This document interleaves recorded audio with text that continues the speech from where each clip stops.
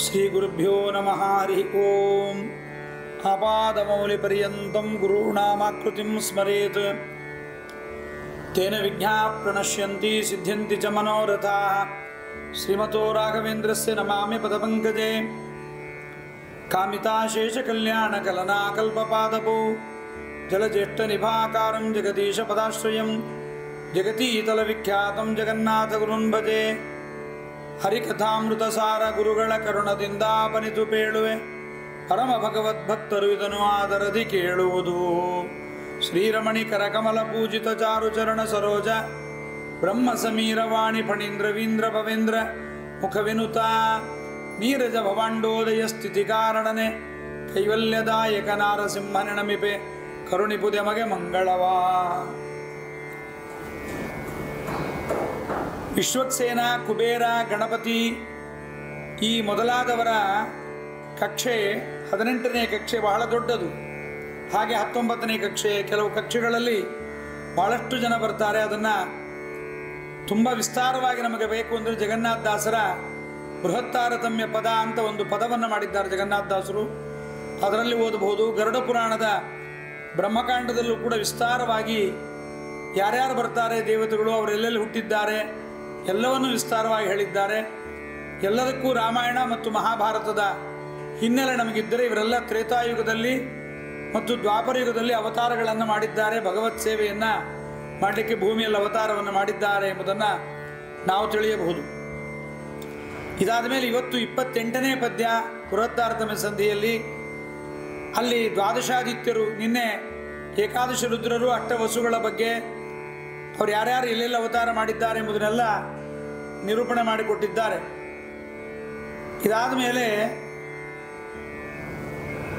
12 ಜನ ಆದಿತ್ಯರು, ಅವರ ಬಗ್ಗೆ ಈ ಒಂದು 28ನೇ ಪದ್ಯದಲ್ಲಿ ಸವಿತೃ, ತ್ವಷ್ಟೃ ಇವರೆಲ್ಲ ಅವತಾರಗಳನ್ನು ಒಟ್ಟಿಗೆ ಹೇಳ್ತಾ ಇದ್ದಾರೆ. ದೇವಶಕ್ರನು ರುಕ್ರಮ ಮಿತ್ರ ವರುಣ ಪ್ರಜನ್ಯ ಭಗ ಪೂಷಾ ವಿವಸ್ವಾನ್ ಸವಿತೃದಾತ ಹರಿಯಮತ್ವಷ್ಟ. ದೇವಕೀ ಸುತನಲ್ಲಿ ಸವಿತೃವಿಭಾವಸು ಸೂತ ಭಾನು ಎನಿಸುವ ಜಾ ಪವನಯುತ ಜೀವನಪಯುತ ಅಂತಲೂ ಪಾಠ ಇದೆ. ವೀರಸೇನನು ತೊಟ್ರು ನಾಮಕನು. ಪದಚ್ಛೇದ. ದೇವಶಕ್ರ ಅಂದರೆ ದೇವತೆಯಾದ ಶಕ್ರ ಅಂತ ಅರ್ಥ. ಆಮೇಲೆ ಉರುಕ್ರಮ, ಮಿತ್ರ, ವರುಣ, ಪರ್ಜನ್ಯ, ಭಗ, ಪೂಷ. ಇದಾದ ಮೇಲೆ ವಿವಸ್ವಾನ್, ಸವಿತೃ, ಧಾತ, ಅರ್ಯಮ, ತ್ವಷ್ಟ್ರ. ಈ ದ್ವಾದಶಾದಿತ್ಯರಲ್ಲಿ ಸವಿತೃ ವಿಭಾವಸು ಎಂಬತಕ್ಕಂಥವನೇ. ದೇವಕಿ ಸುತನಲ್ಲಿ ಸವಿತೃ ವಿಭಾವಸು ಸುತ ಭಾನು ಎನಿಸುವ ಜಾಪವನಯುತ ಜಾವನಪ ಜೀವನಪ ಅಂತಲೂ ಪದಚ್ಛೇದ ಇದೆ. ವೀರಸೇನನು ತ್ವಷ್ಟೃನಾಮಕನು ಅಂತ ಒಟ್ಟು ಇಷ್ಟು ಜನರ ವಿಚಾರವನ್ನು ಇಲ್ಲಿ ಹೇಳ್ತಾ ಇದ್ದಾರೆ. ಇಲ್ಲಿ ದ್ವಾದಶಾದಿತ್ಯರಲ್ಲಿ ಯಾರ್ಯಾರು ಬರ್ತಾರೆ ಅಂತಂದರೆ ಇಂದ್ರ ಬರ್ತಾನೆ, ಪರಮಾತ್ಮ ಬರ್ತಾನೆ, ವರುಣ ಬರ್ತಾನೆ. ಇವರೆಲ್ಲ ಉತ್ತಮ ಕಕ್ಷದಲ್ಲಿ ಬರ್ತಾರೆ. ಇಂದ್ರ 8ನೇ ಕಕ್ಷದಲ್ಲಿ ಬರ್ತಾನೆ, ಉರುಕ್ರಮ ಪರಮಾತ್ಮ 1ನೇ ಕಕ್ಷದಲ್ಲಿ ಬರ್ತಾನೆ, ವರುಣ 13ನೇ ಕಕ್ಷದಲ್ಲಿ ಬರ್ತಾನೆ. ಹೀಗೆಲ್ಲ ಒಬ್ಬೊಬ್ಬರು ಪರ್ಜನ್ಯ ಮುಂದೆ 20ನೇ ಕಕ್ಷದಲ್ಲಿ ಬರ್ತಾನೆ. ಇವರೆಲ್ಲರ ಬಗ್ಗೆ ಹೇಳ್ಕೊಂಡು ಬರ್ತಾ ಇದ್ದಾರೆ. ಅದನ್ನೆಲ್ಲ ನಾವು ತಾರತಮ್ಯವನ್ನು ನೀವು ಬರೆದಿಟ್ಕೊಂಡಿದ್ರೆ, ಪಕ್ಕದಲ್ಲೇ ಇಟ್ಕೊಂಡಿದ್ರೆ ನಿಮ್ಗೆ ಇದೆಲ್ಲ ಅನುಕೂಲವಾಗುತ್ತೆ. ಅದನ್ನು ನೋಡ್ತಾ ಹೋಗ್ಬೋದು, ಎಲ್ಲೆಲ್ಲಿ ಯಾರ್ಯಾರು ಬರ್ತಾರೆ ಎಂಬುದನ್ನು. ಕೆಲವರೆಲ್ಲ ಬುದ್ಧಿವಂತರಿದ್ದಾರೆ. ಮೊನ್ನೆ ಪರ್ಜನ್ಯನ ಬಗ್ಗೆ ಹೇಳುವಾಗ 20ನೇ ಕಕ್ಷ ಅಂತ ಹೇಳಿದ್ರು. ಹಾಗೆ ತಾರತಮ್ಯವನ್ನು ಪಕ್ಕದಲ್ಲಿ ಬರೆದಿಟ್ಕೊಂಡಿದ್ರೆ ಅದು ಬಹಳ ಅನುಕೂಲ. ಆ ವರುಣ, ಪರ್ಜನ್ಯ, ಭಗ, ಪೂಷ, ವಿವಸ್ವಾನ್, ಸವಿತೃ, ಧಾತೃ, ಅರ್ಯಮನ್, ತ್ವಷ್ಟೃ ಈ ದ್ವಾದಶಾದಿತ್ಯರಲ್ಲಿ ಸವಿತೃ ವಿಭಾವಸು ಎಂಬತಕ್ಕಂಥ ಸವಿತೃನಾಮಕ ಸೂರ್ಯ ದೇವಕಿ ಸುತನಲ್ಲಿ ಅಂದರೆ ಪರಮಾತ್ಮನಿಂದ ಸತ್ಯಭಾಮೆಯಲ್ಲಿ ಭಾನು ಎಂಬತಕ್ಕಂಥದ್ದಾಗಿ ಮಗನಾಗಿ ಹುಟ್ಟಿದ್ದಾನೆ. ಪುರಾಣಗಳು ಹೇಳುವಾಗ ಇದೆಲ್ಲ ನಾವು ಹೇಳಲ್ಲ. ಯಾಕೆಂದರೆ 7ನೇ ದಿವಸದಲ್ಲಿ ಭಾಗವತ ಹೇಳಿ ಮುಗಿಸ್ರಿ ಅಂತಾರೆ. ಅಲ್ಲಿ ಯಾರ ಮಕ್ಕಳು ಯಾರು, ಕೃಷ್ಣನಿಗೆ ಎಷ್ಟೆಷ್ಟು ಜನ ಮಕ್ಕಳಿದ್ರು ಒಟ್ಟಿಗೆ ಹೇಳಿಬಿಡ್ತೀವಿ. 16,108 ಜನರಿಗೆ 16,108 ಜನ ಹೆಣ್ಣುಮಕ್ಕಳು. 16,108 ಇಂಟು 10, ಒಬ್ಬೊಬ್ಬರಿಗೆ ಗಂಡು ಮಕ್ಕಳು 10 ಜನ, ಹೆಣ್ಣು ಮಕ್ಕಳು ಒಬ್ಬೊಬ್ಬರು. ಅವ್ರು ಯಾರ್ಯಾರ ಮಕ್ಕಳು ಏನೇನೋ ಮೊದಲು ವಿಸ್ತಾರವನ್ನು ಅಲ್ಲಿ ಮಾಡಲಿಕ್ಕೆ ಆಗಲ್ಲ, ಸಮಯ ಇರಲ್ಲ. ಹಾಗಾಗಿ ಸೂರ್ಯ, ಸವಿತೃ ಎಂಬತಕ್ಕಂಥ ಸೂರ್ಯ ದೇವಕಿ ಸುತನಲ್ಲಿ ಅಂದರೆ ಪರಮಾತ್ಮನಲ್ಲಿ ತಾನೇನಾಗಿದ್ದಾನೆ, ಸತ್ಯಭಾಮ ದೇವಿಗೆ ಮಗನಾಗಿ ದೇವಕಿ ಸುತ ಅಂದರೆ ಕೃಷ್ಣನಲ್ಲಿ ಅಂತ ಅರ್ಥ. ನೋಡ್ರಿ ಎಷ್ಟು ತರ್ತಾರೆ ಜಗನ್ನಾಥದಾಸರು. ದೇವಕಿ ದೇವಿ, ಆ ದೇವಕಿ ದೇವಿಯ ಸುತ ಕೃಷ್ಣ, ಅವನಲ್ಲಿ ಸತ್ಯಭಾಮ ಸುತನಾಗಿ ದೇವಕಿ ಸುತನಲ್ಲಿ ಸವಿತೃ ವಿಭಾವಸು ಸುತ ಭಾನು ಎನಿಸುವ ಜಾಪವನಯುತ, ಜೀವನಪಯುತ ಅಂತಲೂ ಅರ್ಥ, ಜಾಪವನಯುತ ಅಂತಲೂ ಅರ್ಥವನ್ನು ಮಾಡಿದ್ದಾರೆ. ಯಮನಿಂದ ವಾಯುದೇವರಿಂದ ಯುಕ್ತನಾಗಿ ವೀರಸೇನ ಎಂಬತಕ್ಕಂಥ ಚಿತ್ರಾಂಗದ ತಂದ್ರೆ ವೀರಸೇನ ಎಂಬತಕ್ಕಂಥವನಾಗಿ ತಾನಾಗಿದ್ದಾನೆ. ಹೀಗೆ ಇಷ್ಟು ಜನರ ವಿಚಾರವನ್ನು ಇಲ್ಲಿ ಹೇಳ್ತಕ್ಕಂಥವರಾಗಿದ್ದಾರೆ. ಆ ಅರ್ಜುನನ ಮಾವ ಅಂದರೆ ಬಬ್ರುವಾಹನ ಹುಟ್ಟಿದ್ನಲ್ಲ ಚಿತ್ರಾಂಗದೆ, ಆ ಚಿತ್ರಾಂಗದೆಯ ತಂದೆ ವೀರಸೇನ, ಅಲ್ಲಿ ಬಬ್ರುವಾಹನ ಹುಟ್ಟಿದ. ಬಬ್ರುವಾಹನನ್ನ ಅರ್ಜುನ ಅವನು ಕೊಟ್ಟುಬಿಟ್ಟ ವೀರಸೇನನಿಗೆ, ಪುತ್ರಿಕಾ ಪುತ್ರನ್ಯಾಯ ಅಂತ. ಹಾಗಾಗಿ ಇಲ್ಲಿ ಒಂದು ವಿಶೇಷವನ್ನು ಕೂಡ ಹೇಳ್ತಾರೆ ವ್ಯಾಖ್ಯಾನಕಾರರು. ಅಶ್ವತ್ಥಾಮಾಚಾರ್ಯ ಬ್ರಹ್ಮಾಸ್ತ್ರವನ್ನು ಬಿಟ್ಟಾಗ ಅವನನ್ನು ಸುಡಲಿಲ್ಲ. ಅದು ಯಾಕೆ ಅಂದರೆ ಅವನು ಅಶ್ವತ್ಥಾಮಾಚಾರ್ಯ ಹೇಳಿದ್ರು ಪಾಂಡವರ ಮಕ್ಕಳನ್ನು ಕೊಲ್ರಿ ಅಂತ. ಚಿತ್ರಾಂಗದೆ ಅರ್ಜುನನಿಂದ ಮಗನನ್ನ ಬಬ್ರುವಾಹನನನ್ನ ಪಡೆದಿದ್ರೂ ಕೂಡ ಅವನು ಪುತ್ರಿಕಾ ಪುತ್ರ ನ್ಯಾಯದಿಂದ ತಾತನ ಮನೆಗೆ ಹೋಗ್ಬಿಟ್ಟಿದ್ದ.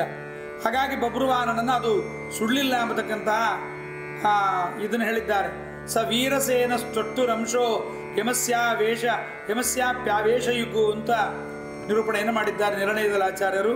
ಹೀಗೆ 18ನೇ ಕಕ್ಷದವರ ಬಗ್ಗೆ ಇಷ್ಟು ವಿಚಾರವನ್ನು ಶಕ್ರ, ಉರುಕ್ರಮ, ಮಿತ್ರಾವರುಣ, ಪರ್ಜನ್ಯ, ಭಗ, ಪೂಷ, ವಿವಸ್ವಾನ್ ಇವರೆಲ್ಲರೂ ಇವರ ಬಗ್ಗೆ ಹೇಳಿ ದೇವಕಿ ಸುತನಲ್ಲಿ ಕೃಷ್ಣನಲ್ಲಿ ವಿಭಾವಸು ಸವಿತೃನಾಮಕ ಸೂರ್ಯ ಎಂಬತಕ್ಕಂಥವನು ಭಾನು ಎಂಬತಕ್ಕಂಥವನಾಗಿದ್ದಾನೆ. ಮತ್ತೆ ಯಮ ಮತ್ತು ವಾಯುದೇವರಿಂದ ಕೂಡಿರತಕ್ಕಂಥವನಾಗಿದ್ದಾನೆ. ವೀರಸೇನ ಎಂಬತಕ್ಕಂಥವನಾಗಿದ್ದಾನೆ ಎಂಬುದನ್ನು ಕೂಡ ಹೇಳಿದ್ದಾರೆ. ಇನ್ನಿದಾದ ಮೇಲೆ ಪಾಂಡುರಾಜ ಇವರ ಬಗ್ಗೆ ಹೇಳ್ತಾರೆ. ಪಾಂಡುರಾಜನ ಬಗ್ಗೆ ಹೇಳುವಾಗ 2 ಸೂರ್ಯರಳು 3 ಜನರುತ್ತಮ ವಿವಸ್ವಾನ್ ವರುಣ ಶಕ್ರ ನುರುಕ್ರಮನು ಪ್ರಜನ್ಯ ಮಿತ್ರಾಖ್ಯ ಮರುತನ ಆವೇಶಯುತ ಪಾಂಡೂವರ ಪರಾವಹನೆಂದೆನಿಪ ಕೇಸರಿ ಮೃಗಪ ಸಂಪಾದಿ ಶ್ವೇತತ್ರಯರು ಮರುದಂಶ. 2 ಸೂರ್ಯರಳು, 2 ಹೆಚ್ಚಾದ 2, 10ಕ್ಕೆ 2 ಹೆಚ್ಚು, 2 ದಶಕ್ಕೆ 2 ಮಾಡಿದರೆ 12 ಆಗುತ್ತೆ. ಇದೆಲ್ಲ ಪದ್ಯಗಳಲ್ಲಿ ಛಂದಸ್ಸನ್ನು ಉಳಿಸಲಿಕ್ಕೆ ಇವೆಲ್ಲ ಮಾಡಲಿಕ್ಕೆ ನಿರೂಪಣೆಯನ್ನು ಮಾಡ್ತಾರೆ. 2 ಸೂರ್ಯರು ಅಂದರೆ 12 ಸೂರ್ಯರಲ್ಲಿ 3 ಜನ 6 ಜನ ಅಂದರೆ ಯಾರ್ಯಾರಪ್ಪ ಅಂದರೆ ವಿವಸ್ವಾನ್, ವರುಣ, ಶಕ್ರ, ಉರುಕ್ರಮ, ಪ್ರಜನ್ಯ, ಮಿತ್ರರು. 20ನೇ ಕಕ್ಷದ ಪ್ರಜ್ಞನಿಗಿಂತ 1ನೇ ಕಕ್ಷದಲ್ಲಿ ಬರ್ತಕ್ಕಂಥ ಉರುಕ್ರಮ ಎಂಬತಕ್ಕಂಥ ಪರಮಾತ್ಮ ಎಲ್ಲರೂ ಬೇರೆ ಬೇರೆ ಕಕ್ಷೆಗಳಲ್ಲಿದ್ದರೂ ಕೂಡ ಒಬ್ಬರಿಗಿಂತ ಒಬ್ಬರು ಉತ್ತಮರಾಗಿದ್ದಾರೆ. ಉಳಿದವರು 6 ಜನ, 2 ಜನ, 3 ಜನ ಅಂತ ಹೇಳಿದ್ರಲ್ಲ, ಆ 6 ಮಂದಿ 15ನೇ ಕಕ್ಷದ ಒಂದೇ ಕಕ್ಷದಲ್ಲಿ ಬರೋದ್ರಿಂದ ಪರಸ್ಪರವಾಗಿ ಸಮಾನರಾಗಿದ್ದಾರೆ ಶೇಷತಸ್ಥರು. ಇಷ್ಟೆಲ್ಲ ಹೇಳಿ ಇನ್ನು ಪಾಂಡುರಾಜ ಯಾರು ಎಂಬುದನ್ನು ಹೇಳ್ತಾರೆ. ಮರುತ್ತವನು, ಆ ಮರುತ್ತುಗಳು ಯಾರ್ಯಾರು ಎಂಬುದನ್ನು ಕೂಡ ತಿಳ್ಕೋಬೇಕು ಅಂತ ಹೇಳ್ತಾರೆ. ಮುಂದೆ ಹೇಳ್ತೀನಿ. ಪರಾವಹ ಎಂಬತಕ್ಕಂಥ ಮರುದ್ಗಣಕ್ಕೆ ಸೇರಿದವನು. ಆವಹ, ವಿವಾಹ, ಪರಾವಹ ಅಂತ ಒಂದು ಗಣ. ಆ ದ್ಯುತಿದೇವಿಯ ಗರ್ಭದಲ್ಲಿದ್ದದ್ದನ್ನು 7 ತುಂಡು ಮಾಡಿದ. ಆ 7 ಒಂದು ಗಣ ಆಯಿತು. 7 ಮತ್ತೆ 7 ಮಾಡಿದ. ಒಂದೊಂದನ್ನು 7 ಮಾಡಿದಾಗ 49 ಆಯಿತು. ಆ ಪರಾವಹ ಎಂಬತಕ್ಕಂಥ ಮರತ್ತು ವಾಯುದೇವರ ಆವೇಶಯುಕ್ತನಾಗಿ ಪಾಂಡುರಾಜ ಅಂತ ತಾನು ಅನಿಸಿದ್ದಾನೆ. ಆತ ಮುಂದೆ ಪಾಂಡುರಾಜ ಪರಾವಹ ಕೇಸರಿ ಮೃಗಪ ಸಂಪಾತಿ ಶ್ವೇತತ್ರಯರು ಮರುದಂಶ. ಇನ್ನು ಮರುತ್ತುಗಳ ಅಂಶ ಯಾರ್ಯಾರು ಬಂದಿದ್ದಾರೆ ಎಂಬುದನ್ನು ಕೂಡ ಹೇಳ್ತಾರೆ. ಪರಾವಹ ಎಂಬತಕ್ಕಂತಹ ವಾಯುದೇವರ ಆವೇಶಯುಕ್ತ ಪರಾವಹ ಎಂಬತಕ್ಕಂಥ ಮರುತ್ತು ವಾಯುದೇವರ ಆವೇಶಯುಕ್ತನಾಗಿ ಪಾಂಡುರಾಜ ಅಂತ ಬಂದ. ಮೃಗಪ ಸಿಂಹ ಸದೃಶನಾದ ಕೇಸರಿ, ಸಂಪಾತಿ ಶ್ವೇತ, ಈ 3 ಕಪಿಗಳ ಅವತಾರಗಳು. ಸಂಪಾತಿ ಅಂದ್ರೆ ನೀವು ಜಟಾಯುವಿನ ಜೊತೆಯಲ್ಲಿ ಬಂದಿದ್ದ ಸಂಪಾತಿ ಅಂತ ತಿಳ್ಕೊಬೇಡ್ರಿ. ಸಂಪಾತಿ ಎಂಬತಕ್ಕಂಥ ಒಬ್ಬ ಕಪಿ ಅಂತ ತಿಳ್ಕೊಡ್ರಿ.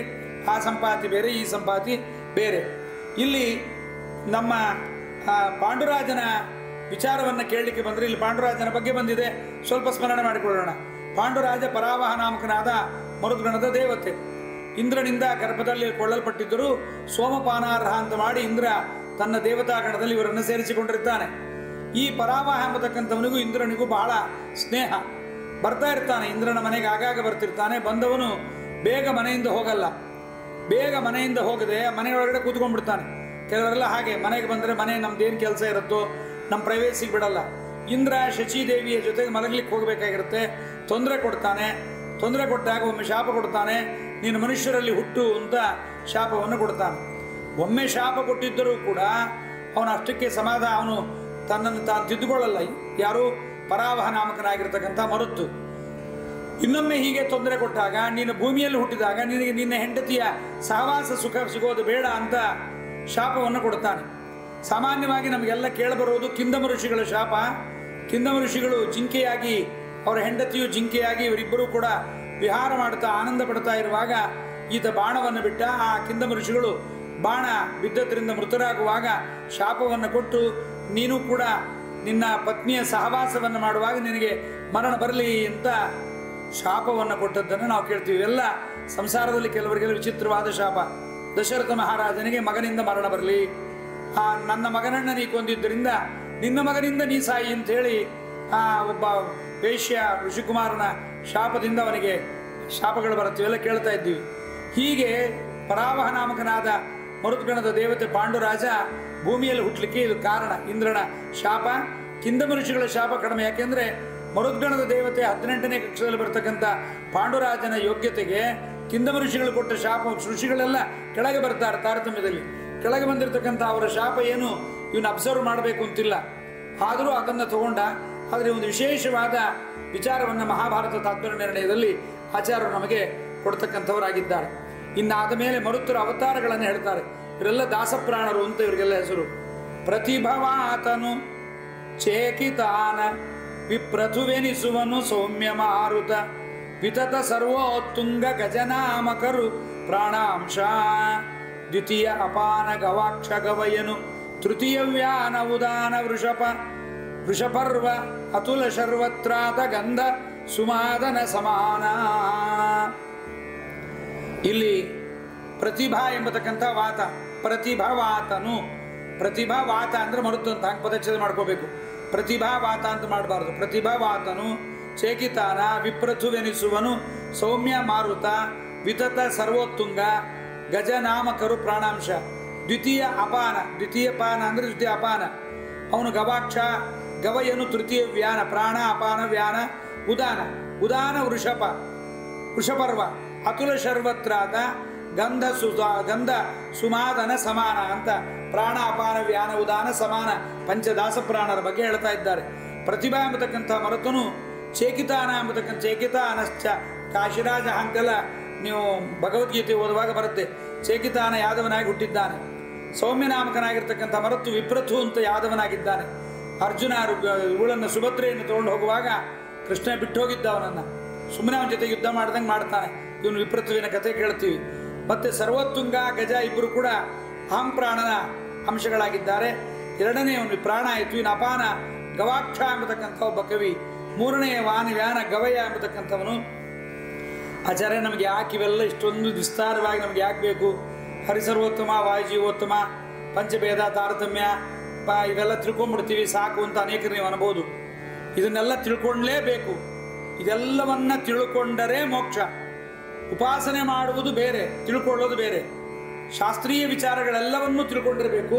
ಉಪಾಸನೆಗೆಲ್ಲೋ ಕೆಲವು ಮಾತ್ರ ನಮಗೆ ವಿಹಿತವಾದದ್ದನ್ನು ಉಪಾಸನೆಯನ್ನು ಧ್ಯಾನಾದಿಗಳನ್ನು ಮಾಡಬೇಕಾಗತ್ತೆ. ಆದ್ದರಿಂದ ಇವೆಲ್ಲ ಶ್ರವಣ ಮಾಡಬೇಕು. ಶ್ರವಣ ಮಾಡಿದ್ದನ್ನು ಮನನ ಮಾಡಬೇಕು. ಎಲ್ಲವೂ ನಮಗೆ ಬೇಕು ಅಂತಲ್ಲ, ಎಲ್ಲವೂ ಸಹಿತ ಭಗವದ್ ಅನುಗ್ರಹಕ್ಕೆ ಕಾರಣವಾಗಲಿಕ್ಕೆ ಇವೆಲ್ಲ ನಾವು ತಿಳ್ಕೊಳ್ಳೇಬೇಕು. ಆಮೇಲೆ ವೃಷಪರ್ವ ಗವಯ ಎಂಬತಕ್ಕಂಥ ಕಪಿಯಾಗಿದ್ದಾನೆ. ಮೂರನೆಯ ವ್ಯಾನ ಉದಾನ ವೃಷಪರ್ವ ಅಂತ ಕಪಿಯಾಗಿದ್ದಾನೆ. ಸಮಾನ ಅತುಳ ಸದೃಶವಾದ ಶರ್ವತ್ರಾದ ಭೀಮಪುತ್ರ ಮತ್ತು ಗಂಧಮಾದನ ಎಂಬತಕ್ಕಂಥ ಕಪಿಯಾಗಿದ್ದಾನೆ ಅಂತ. ಇಲ್ಲಿ ನೀವೆಲ್ಲ ಒಂದು ಜ್ಞಾಪಕ ಇಟ್ಟುಕೋಬೇಕು. ಆ ಅಶ್ವತ್ಥಾಮಾಚಾರ್ಯರು ರಾತ್ರಿ ಪಾಂಡವರ ಮನೆಗೆ ಹೋಗಿ ಕೊಲ್ಲಬೇಕು ಅಂತಿದ್ದಾಗ ಕೃಷ್ಣ ಇವತ್ತು ಇಲ್ಲಿ ಮಲ್ಕೋಬೇಡ್ರಿ, ಬೇರೆ ಕಡೆ ಮಲ್ಕೊಳ್ರಿ ಅಂತ ಪಾಂಡವರನ್ನ ಮಲಗಿಸಿ ಅಲ್ಲಿ ಉಪಪಾಂಡವರನ್ನು ಮಲಗಿಸ್ತಾನೆ. ಉಪಪಾಂಡವರೆಲ್ಲರ ತಲೆಯನ್ನು ಕಡಿದು ಬಿಡ್ತಾನೆ ಅಶ್ವತ್ಥಾಮ ಅಂತ ಸಾಮಾನ್ಯವಾಗಿ ನಾವಂತೀವಿ. ಆದ್ರಲ್ಲ, ಶರ್ವತ್ರಾತ ಎಂಬತಕ್ಕಂಥವನು ಭೀಮಸೇನ ದೇವರ ಮತ್ತು ಕಾಳಿಯರ ಮಗ. ಭೀಮಸೇನ ದೇವರಿಗೆ 23 ಜನ ಮಡದಿಯರಿದ್ರು ಅಂತ ಮಹಾಭಾರತದಲ್ಲಿ ಬರುತ್ತೆ. ಆ ಶರ್ವತ್ರಾತ ಎಂಬತಕ್ಕಂಥವನು ತಾನು ಕೈಲಾಸಕ್ಕೆ ಹೋಗಿಬಿಟ್ಟಿರ್ತಾನೆ, ಯುದ್ಧಕ್ಕೆ ಬರೋದಿಲ್ಲ. ಅವನು ಅಶ್ವತ್ಥಾಮನಿಂದ ರಾತ್ರಿ ಸಾಯೋದಿಲ್ಲ ಎಂಬುದನ್ನು ನಾವು ತಿಳಿಯಬೇಕು. ಅವನು ರಾತ್ರಿ ಕೊಲ್ಲೋದಿಲ್ಲ, ಅಶ್ವತ್ಥಾಮಾಚಾರ್ಯ ರಾತ್ರಿ ಕೊಲ್ಲೋದಿಲ್ಲ. ಹೀಗೆ ಮರುತ್ತರ ಅವತಾರಗಳನ್ನು ಕೂಡ ನಮಗೆ ತಿಳಿಸ್ತಕ್ಕಂಥವರಾಗಿದ್ದಾರೆ. ಇನ್ನಿದಾದ ಮೇಲೆ ಈ ಪಾಂಡುರಾಜ ಏನು ಹುಟ್ಟಿದ್ದಾನಲ್ಲ, ಈ ಪಾಂಡುರಾಜ ನಮ್ಮ ಶ್ರೇಷ್ಠರಾಗಿರ್ತಕ್ಕಂಥ ಸತ್ಯವತಿ ದೇವಿ ಅಂಬಾಲಿಕಾ ಅಂಬಿಕೆಯರನ್ನ ವೇದವ್ಯಾಸ ದೇವರಲ್ಲಿ ಸತ್ಯವತಿ ತನ್ನ ಸೊಸೆಯಂದ್ರನ್ನ ಕಳಿಸಿದಾಗ ಒಬ್ಬ ಅಂಬಿಕೆಯ ಒಬ್ಬ ಅಂಬಿಕಾ ಪುತ್ರ ಅಂತ ಇಬ್ಬರು ಧೃತರಾಷ್ಟ್ರ ಮತ್ತು ಪಾಂಡುರಾಜ ಹುಟ್ಟುತ್ತಾರೆ. ಧೃತರಾಷ್ಟ್ರ ಅವನ ತಾಯಿ ಕಣ್ಣು ಮುಚ್ಚಿದ್ರಿಂದ ಕುರುಡು ಮಗ ಹುಟ್ಟಿದ. ಇನ್ನೊಬ್ಬಳು ಹೋದವಳು ಬಿಡಿಸಿಕೊಂಡ್ಬಿಟ್ಲು ವೇದವ್ಯಾಸ ದೇವರನ್ನು ನೋಡಿ. ಕಾರಣ ಏನು ಅಂದರೆ 1 ವರ್ಷದ ಸಂವತ್ಸರ ವೈಷ್ಣವ ವ್ರತವನ್ನು ಅವಳು ಆಚರಣೆ ಮಾಡಿರೋದಿಲ್ಲ. ಆ ವೈಷ್ಣವ ವ್ರತವನ್ನು ಆಚರಣೆ ಮಾಡದೇ ಇದ್ದದ್ರಿಂದ ಈ ರೀತಿಯಾಗಿ ಆಗತ್ತೆ ಎಂಬುದನ್ನು ನಾವು ಕೇಳಬೇಕು.